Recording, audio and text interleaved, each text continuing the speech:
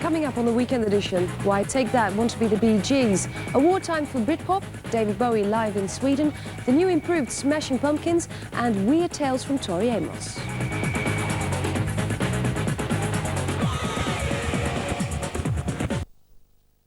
Years, David Bowie is currently halfway through his European tour. We caught up with him in Stockholm to find out how he has shaped a show which he hopes will keep everyone happy.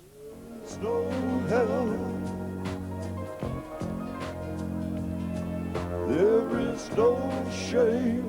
If I was going to go on the road, was it just going to be sort of as a marketplace type artist?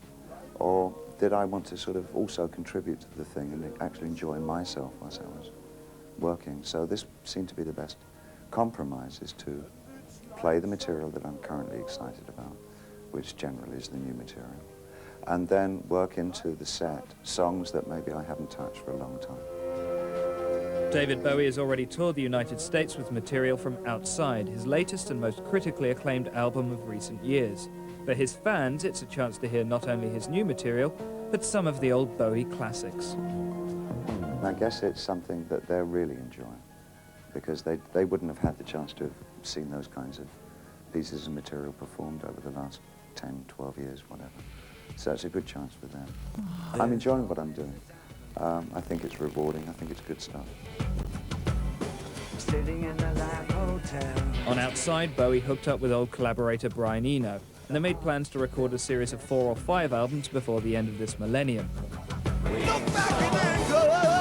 But being on the road has given Bowie some other ideas. I think I'd like to quite work with other areas of music as well. I'm not sure that I want to just do that one thing with Brian. I'm thinking of doing some work just on my own with the band.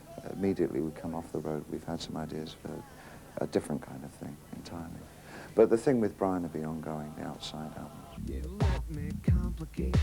Taking the tour on the road in the States, Bowie famously teamed up with 9 Inch Nails.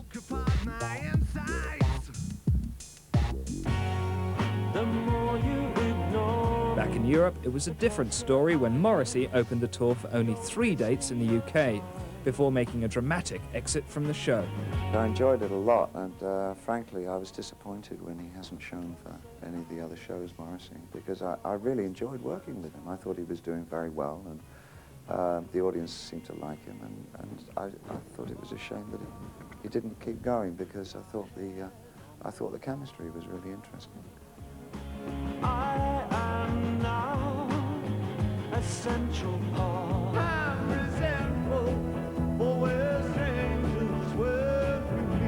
Well, apart from having no support act on this tour, things are going pretty well for David Bowie, which he readily acknowledges. I guess for me, artistically it's a high, and I haven't worked so prolifically. I'm really producing such a lot of things in all kinds of areas, so I guess I'm having some kind of mature high point at the moment. I don't know.